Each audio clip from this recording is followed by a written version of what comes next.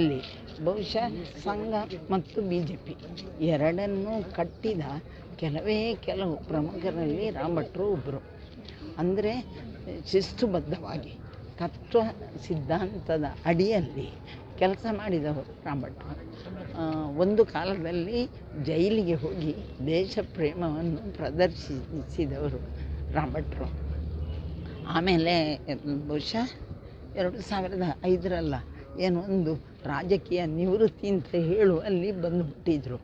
ಆಮೇಲೆ 1-2 ವರ್ಷ ಯಾರ ಕಣ್ಣಿಗೂ ಯಾವುದೇ ಸಮಾರಂಭದಲ್ಲಿ ಅವರು ಭಾಗವಹಿಸಿರಲಿಲ್ಲ. ನಾನು ಪ್ರಥಮ ಬಾರಿ ಶಾಸಕಿಯಾಗಿ 2ನೇ ಇದರಲ್ಲಿ ಇಡೀ ನಮ್ಮ ಕ್ಷೇತ್ರದ ಜನ ಶಕ್ವಕ್ಕನಿಗೆ ಕೊಡಬೇಕು ಅಂತ ಹೇಳುವಾಗ ಅದನ್ನು ಬೇರ್ಪಡಿಸಿ ಪಕ್ಷದ ತೀರ್ಮಾನ, ಕಾರ್ಯಕರ್ತರ ತೀರ್ಮಾನವನ್ನು ತಿರಸ್ಕರಿಸಿದಾಗ ರಾಮ್ ಭಟ್ರು ಎದ್ರು. ಹಿರಿಯ RSS ಮತ್ತು BJP ಅಂದರೆ ಅಣ್ಣಾ ವಿನಯ್ ಚಂದ್ರ ಇರ್ಬೋದು, ಬಾಲಕೃಷ್ಣ ಬೋರ್ಕರ್ ಇರ್ಬೋದು, ಕಲ್ಲಿಗ ಸಂಜೀವ ನಾಯಕ್ ಇರ್ಬೋದು, ಬನಾರಿ ಗೋಪಾಲಕೃಷ್ಣ ಭಟ್ರು ಇರ್ಬೋದು, ಅಂತಹ ಬಹಳ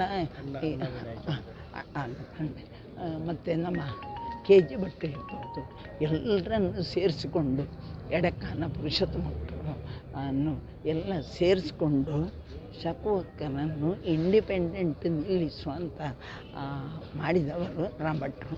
ಜೊತೆಗೆ ಅದು ಪಕ್ಷಕ್ಕೆ ಡ್ಯಾಮೇಜ್ ಆಗಬಾರ್ದು ಅಂತ ಈ ಎಲ್ಲ ವಿಚಾರವನ್ನು ಅಡ್ವಾಣಿಗೆ ಲೆಟ್ರು ಬರೆದು ತಿಳಿಸಿದವರು ರಾಮ್ ಭಟ್ರು. ಅಡ್ವಾಣಿಯವರು ರಾಮ್ ಭಟ್ರ ಪತ್ರಕ್ಕೆ ಬೆಲೆ ಕೊಟ್ಟು ಇಲ್ಲಿಗೆ ಇಂಟೆಲಿಜೆನ್ಸ್ ಕಳಿಸಿದರು ಜೈಟ್ಲಿ ಮುಖಾಂತರ.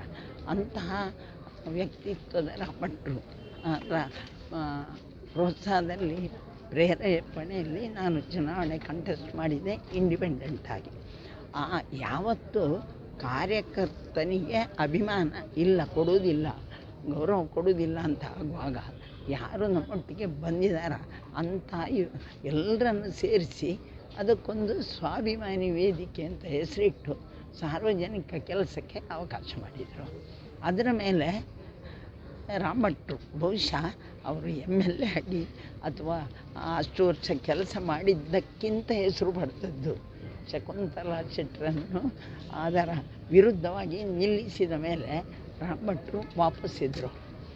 2009